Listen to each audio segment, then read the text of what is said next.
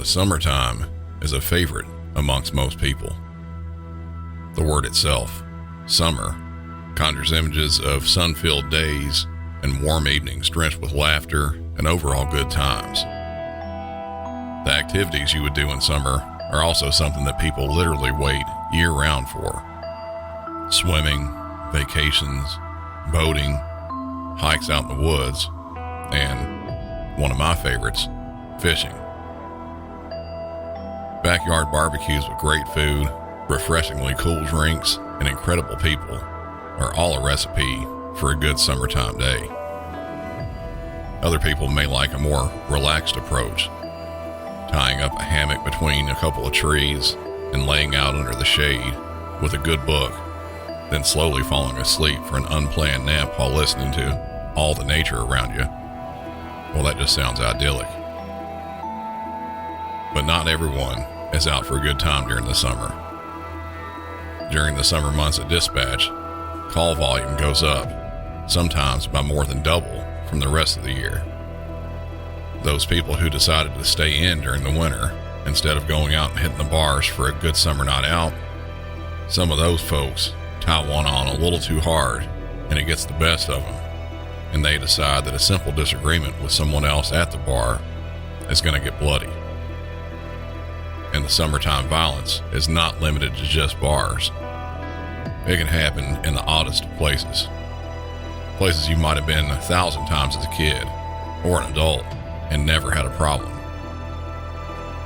I'll be talking about one of those instances in this episode. One where summertime fun got clouded with summertime tragedy. Welcome back to Music City 911.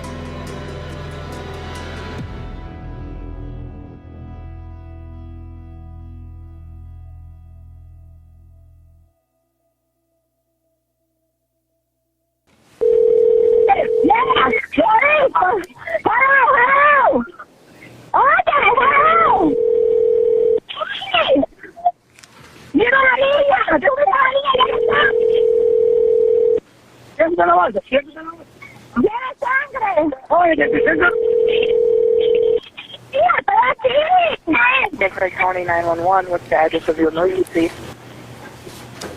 Hello, St. Clair County 911. Estamos al río, aquí. Hasta el río y muchos niños están heridos con cuchillos. No sé, eso está feo aquí. En Wisconsin, hasta el río. Oye, dile a los ciudades. Ma'am, are you on the water? I don't know what happened. He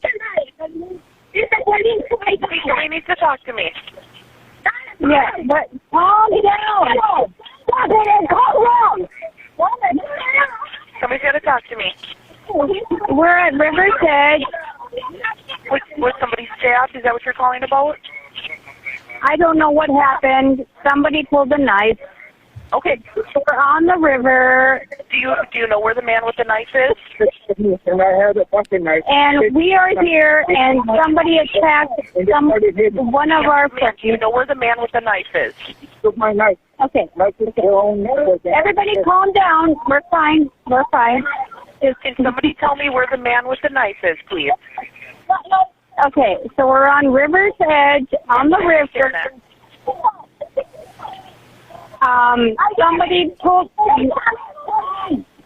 Someone pulled a knife on our friend.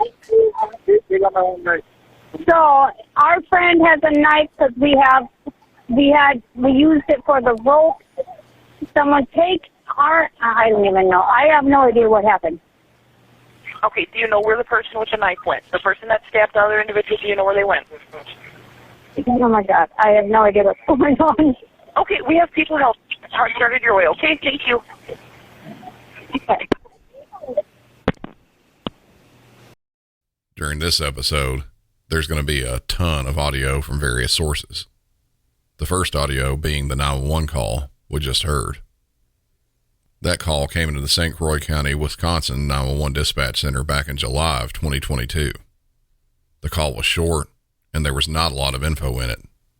All we could hear was a lot of chaos, followed by a caller who seemed like she wasn't at all listening to the dispatcher, who was trying to gather further information, mainly the location of the suspect in a stabbing.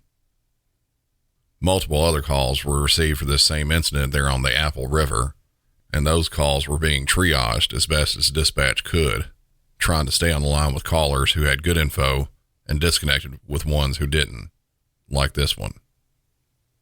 Some people might want dispatch to stay on the line with them until help arrives, but as I've stated in previous episodes, as much as I would like to have an unlimited amount of dispatchers to take calls, that isn't the case at all, with most centers in America woefully understaffed for a variety of reasons. Police and medics were on the way to the scene of the stabbing, not really knowing too much of what happened. They had no good suspect description, and they didn't know who was stabbed. Body-worn camera audio from when authorities got to the scene shows the continued chaos and confusion.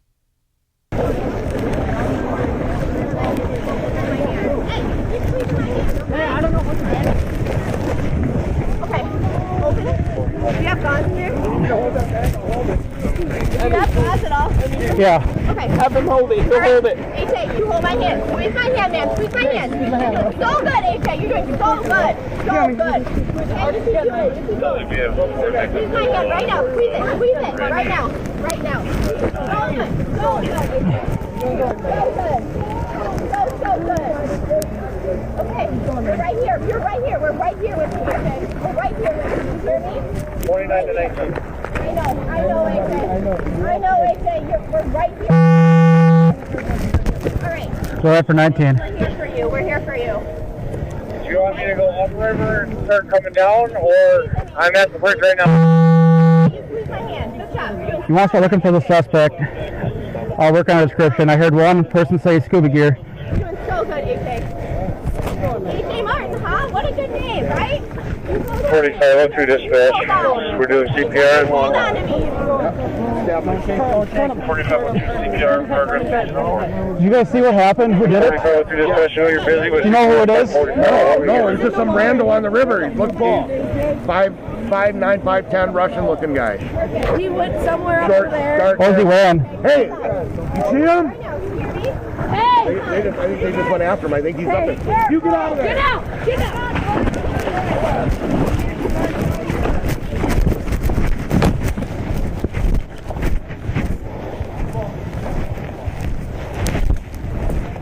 Hey, where are you guys going? What? We need to know what it looks like. We got a lot of cops in the area. What does he look like? I don't fucking know. 36 to 19. Hey, we got K9 coming. We can't track him if you guys tear up the whole scent trail. 36. What's our furthest downriver casualty point? 64 bridge. 10-4 believed to be going downriver. I can head straight down there. Negative. Suspect went into the woods at the initial location, a quarter mile upriver from the 64 bridge. 10-4. Did he go off on the north or south bank? South bank. The cider cars are on. Chase, do you want me to continue up to you, or do you want me to take my squad up the road further into the woods? Yep. Up the river. Or correction. Eric, just go to the woods. We need this EMS here. Get these people out of here. You're fine. Look at me. Look at me. 10-4. I just talked to rescue. They're working on getting the boat into the water and up to you guys. So good, AJ. You keep holding on. You hear me? Okay. Great. Hey, when you hold his hand? 21 to 29. Hold it. I know. Careful, please be careful. The road is the first up along the riverbank. If you can get I guys, need to wash it out, buddy. head that way. I'm sorry. The road isn't that far from the river. Just hold that there, okay? Just leave that there. Yeah, AJ, you hold on, okay? Okay. 10-4. You'll have to squeeze past their slots and stuff. Copy, I'll point that way. Please, right fucking now. What the suspect wearing? Swim shorts, clothes? Swim shirts and a t-shirt. Okay. A white t-shirt. I know, he had a t-shirt on for a pot belly. Older man, he's in his 50s, 60s. He just has a knife. 46 to 29. AJ. I'm just coming through the ridge. Grab hold pressure on his stomach. Perimeter. Hold what? Pressure. Yep, I'll go to the end of the Sunrise Trail and we'll link up there. 8819 dispatch. Suspect information. 8819, go with the suspect. Being told a white male, swim shorts, shirtless, armed with a knife, possibly 50 years old. This person described him as Russian looking.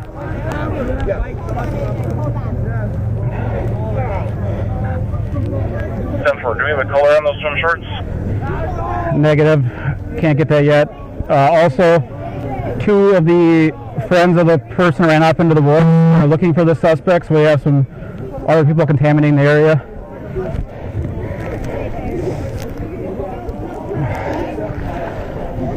For adult male, approximately 50 years of age, shirtless, wearing unknown color swim shorts with a knife, and 2 friends of victims are out looking for the suspect as well. 1608. 8019 dispatch.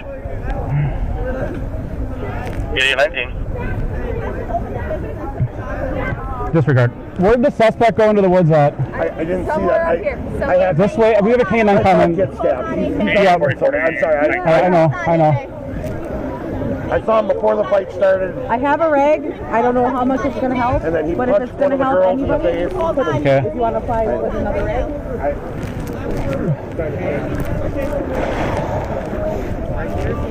One here, one there.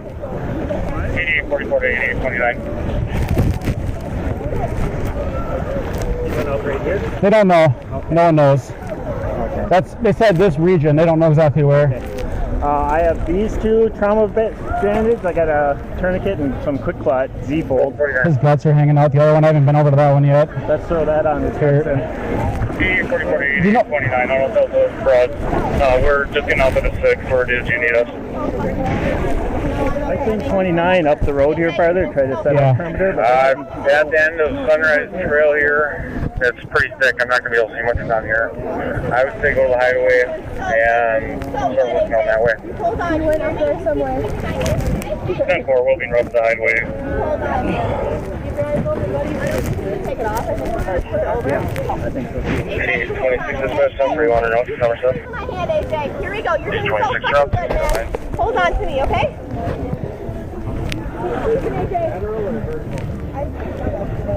8819 to the dispatch. You too? 8819. Our 2 most critical patients are up here, upriver. Is this? No. You guys see him? 8819 has 2 critical patients upriver. Do you have a team to go to extract them? I didn't catch that. We're a quarter mile upriver from the bridge. We can see the squads. 1, no vitals. CPR in progress.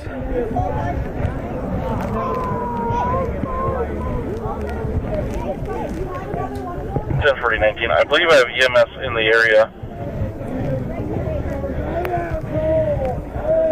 Do we have any helicopters en route for Lakeview or Lifelink? Affirmative. 2 helicopters at this time. 8821 dispatch. 21. Well, the 10th mile upriver from the bridge. We have a male suspect with an abdominal stab wound and a laceration to the leg. We have another male subject with a lateral slash across his abdomen. And we have 1 subject with a stab wound to the chest. CPR in progress. 10-3 victims, 1/10 of a mile upriver. Leg stab, open abdomen, and a chest stab. Tell me I'm annoying. I know I'm annoying. I know. 16-80-19. Go ahead. Do we need additional agencies to assist with perimeter? Yes.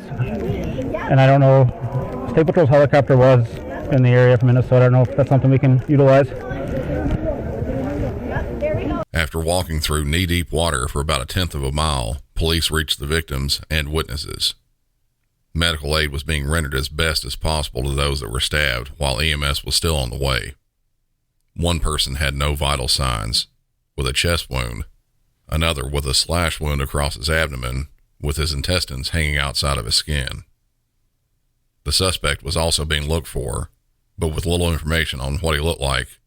At this point, only described as a white male in his 50s or 60s, with no shirt, unknown colored swim shorts, 5'9" to 5'10", and possibly Russian looking.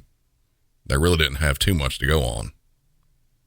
And something like this, it's very important to get any sort of clothing description that you can, because there's possibly going to be a lot of white males in that age range in the river.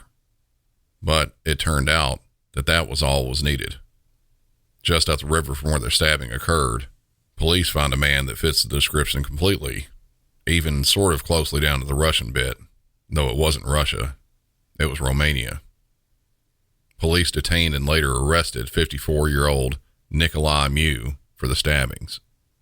But it wasn't just the 2 or 3 victims. There were 5 total. So what happened that led up to 5 people getting stabbed? That's where everything gets really dicey and the stories get mixed up. After getting arrested, Nikolai told police he, his wife, and several friends were tubing down the river, just like dozens of others that day. He advised someone from his party lost their phone, and he went to look for it with goggles and a snorkel. He went back to look for the phone and got close to a group of teens and younger adults who were also tubing and drinking. That group claimed that Nikolai was trying to look underwater at the females that were with him. They confronted him about it, and a scuffle broke out. One person in the party started taking a video on his phone, which captured just after Nikolai was confronted. You can hear in the audio from the video I'm about to play the absolute disorder and commotion turn into tragedy. Whoa! Walk away! Oh God! He up! What are you talking about? What the hell are you talking about? Get away from us! What? What's going on with y'all homie? He's on camera. Guys, let's stripping. He's on 4K. Yo, the new iPhone's got that good quality. What did you say?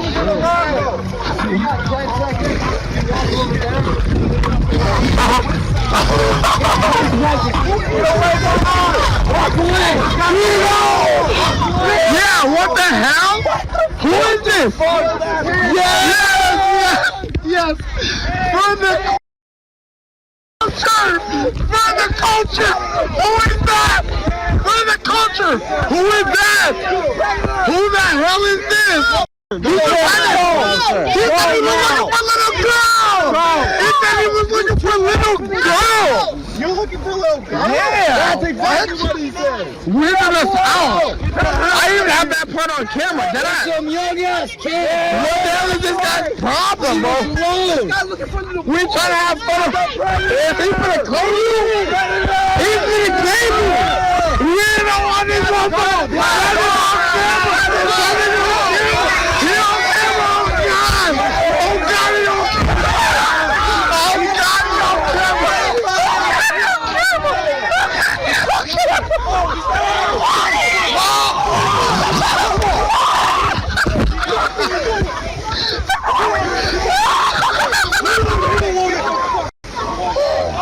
He ain't a woman! He ain't a woman! You ain't a woman! He ain't a woman! You killed him! What the fuck? He's dying! He's dying, bro! Oh my God! Oh my God! Oh my God! Oh my God! Are we serious? Is it real? Oh my God! Who is that? Oh my God! Oh my God! Is it real? this real? Oh my god. Oh my god, what the fuck? Is this real? That's not bike! That's not bike! That's not bike! That's not bike! That's not Isaac! Oh my god! Oh my god! This isn't real! In that video, you see the suspect Nikolai walking around in the water, looking a little bit confused while being yelled at by the group of young adults. The group started to surround Nikolai, and then he punches one of the women in the head, knocking her glasses into the water. One of the men in the group then hit Nikolai, knocking him down into the water as well. Another blow or two was thrown after that.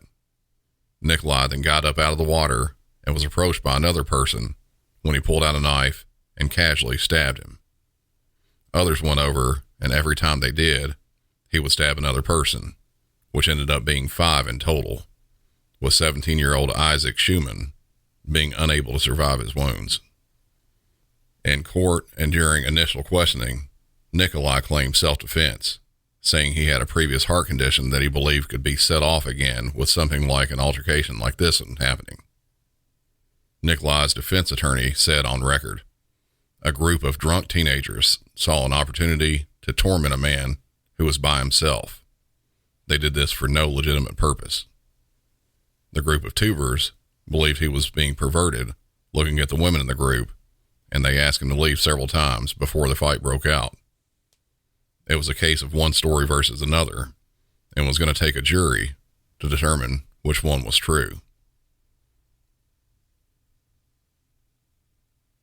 Why are so many dogs suffering from health issues?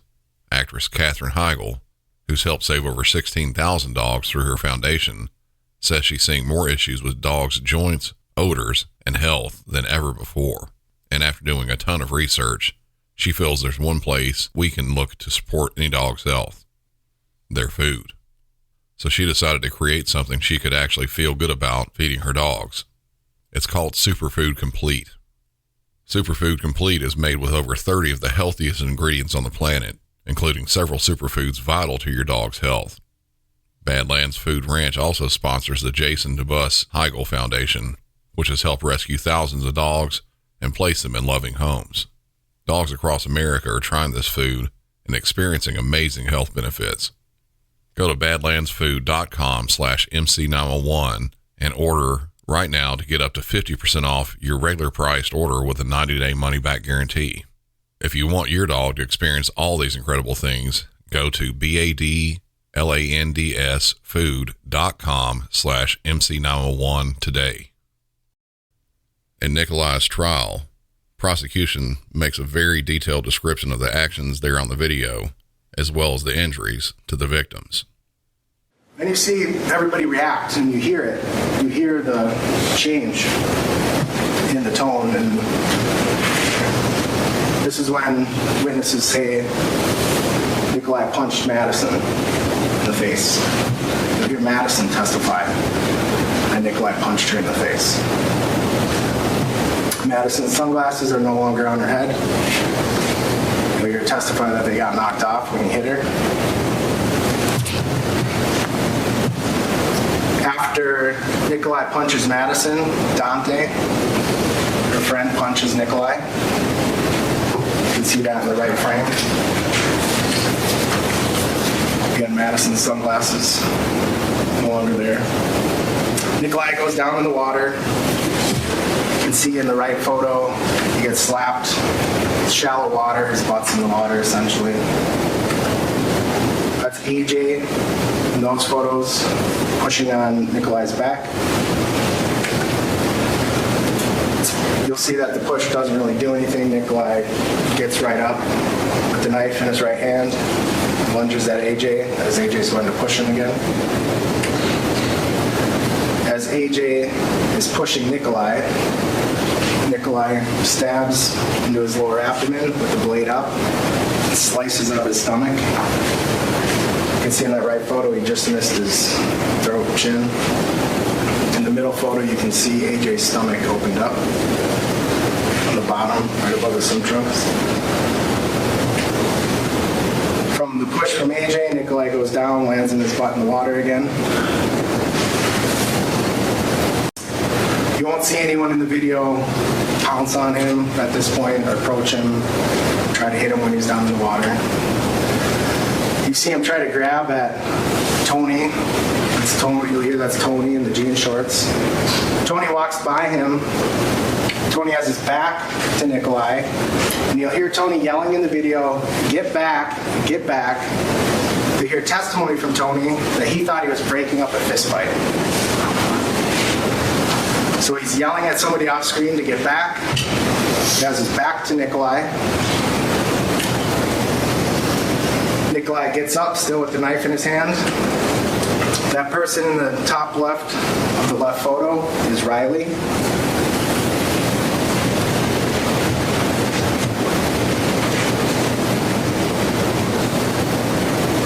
So after Tony, you hear him yelling, directing somebody off screen to get back. He turns to Nikolai and he's yelling, "Get back, get back."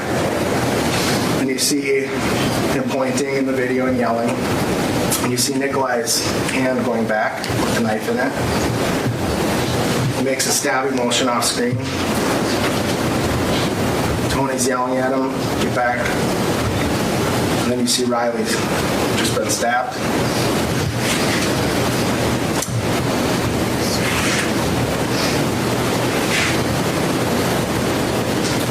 That group in the background there that Nikolai's facing with nobody between him and that group is his group. That's his group of tubers. Tony, you'll see and you hear from him when he testifies that he's just yelling at Nikolai to go. Nikolai doesn't. Again, that's his group. In the right photo, the guy with the aviators, that's his friend Ariel. Almost up to Nikolai. Nikolai doesn't walk back to his group. Instead, he turns to Tony with the knife in his right hand. He stabs at him twice. You can see Riley bleeding in the background. Ariel, Nikolai's friend, is there as he's lunging the knife at Tony. That hand there on the bottom right-hand corner, you'll see more clearly in the next still shots. Isaac goes to shove Nikolai. See the gold bracelet? As he's shoving Nikolai, Nikolai lunges out with the knife. Nikolai kind of stumbles back from the push, comes back with his knife covered in blood and dripping blood. You can see the women recoiling from him. Nikolai ends up by his friend Ariel as he's stumbling from the push. You don't see Dante get stabbed in the video, but I expect you'll see evidence and testimony that it was after this. It's not until this point in the video, after he stabbed AJ,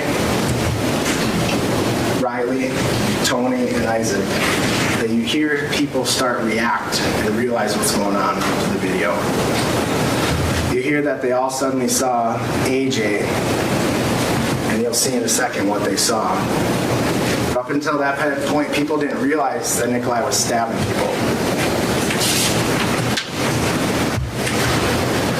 You'll hear in the video the shock and disbelief as what just happened. The camera pans around, you see Nikolai looking in the direction to where AJ and Isaac are. AJ is in the water, holding in his guts.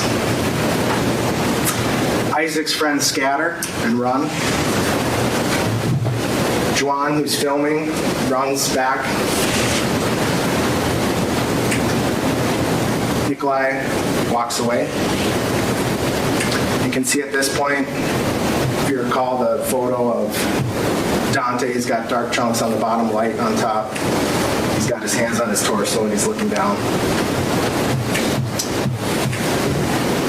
Nikolai continues to walk away. He walks by his friend Ariel. On photo, he's standing in front of Ernesto. He walks by Ernesto. On the right there, that's Alex Bing running to Isaac, who is collapsed in the water.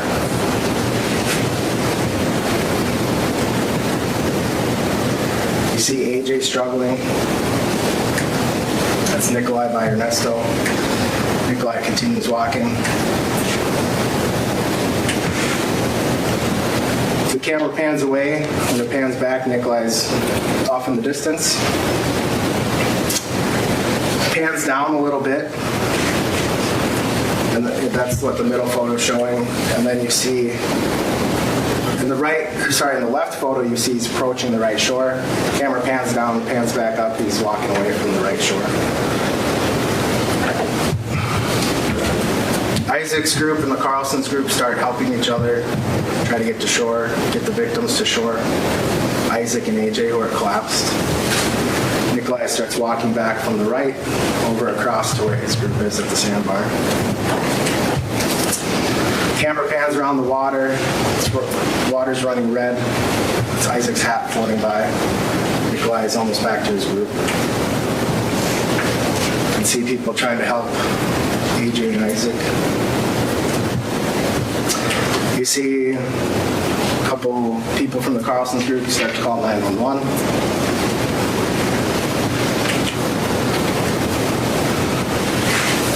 We hear from 4 people that were stabbed, and none of them saw Nikolai with the knife. They didn't notice he had a knife. They didn't know. They thought they were punched until they looked down and see all the blood. There's not going to be any testimony on what Isaac saw. If he saw Tony get stabbed right in front of him when he went to shove Nikolai, because Isaac's not going to be here to tell what he saw. You hear that some Good Samaritans who were also tubing, some nurses, tended to AJ and Isaac until law enforcement and paramedics arrived. AJ, as a result, was disemboweled. He had to have emergency surgery. He was in the hospital for nearly a month and had to have numerous follow-up surgeries. Riley, who was in the bikini in the middle photo, was stabbed in the side. It sliced her diaphragm. She had to have emergency surgery.